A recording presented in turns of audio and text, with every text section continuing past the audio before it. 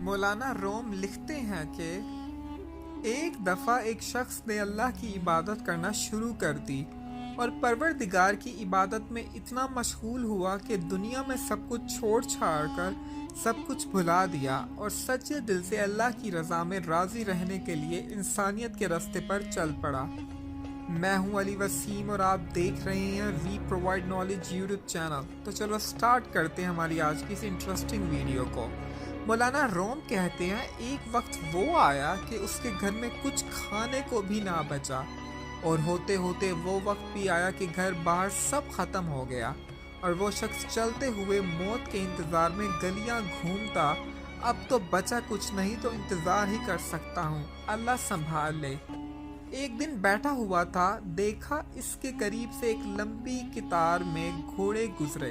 ان گھوڑوں کی سیٹ سونے اور چاندی سے بنی ہوئی تھی اور ان کی پیٹھوں پر سونے کے کپڑے پہنے ہوئے تھے۔ ان گھوڑوں پر جو لوگ بیٹھے تھے وہ کسی شاہی گھرانے سے کم نہ لگتے تھے۔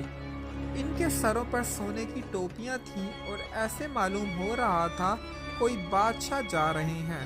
اس شخص کے دریافت کرنے پر اسے بتایا گیا کہ یہ 7 گاؤں میں ایک بادشاہ ہے، یہ سب اس کے غلام ہیں اور بادشاہ کے دربار میں جا رہے ہیں۔ وہ شخص کچھ دیر حیران ہوا کہ یہ حالت غلاموں کی ہے تو بادشاہ کی کیا حالت ہوگی۔ اس نے آسمان کی طرف منہ اٹھا کر کہا، میرے بادشاہ، میرے مالک، میرے اللہ، شکوہ تو تجھ سے نہیں کرتا، لیکن اس بادشاہ سے ہی غلاموں کا خیال رکھنا سیکھ لے۔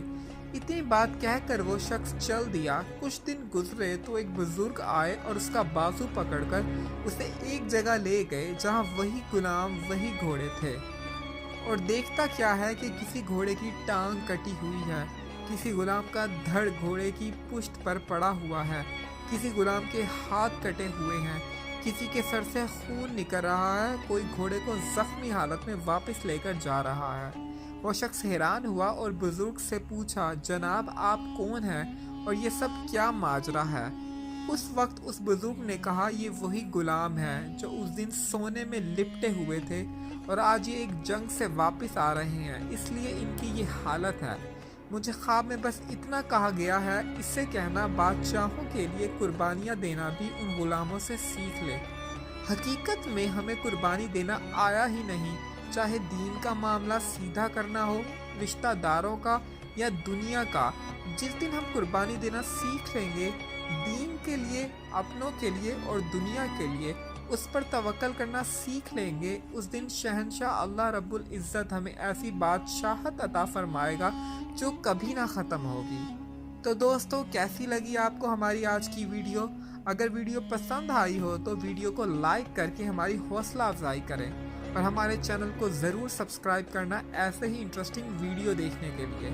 تو دوستو، اب تک کے لیے بس اتنا ہی، انشاءاللہ ملتے ہیں ایک نئی ویڈیو کے ساتھ، تب تک کے لیے اللہ حافظ۔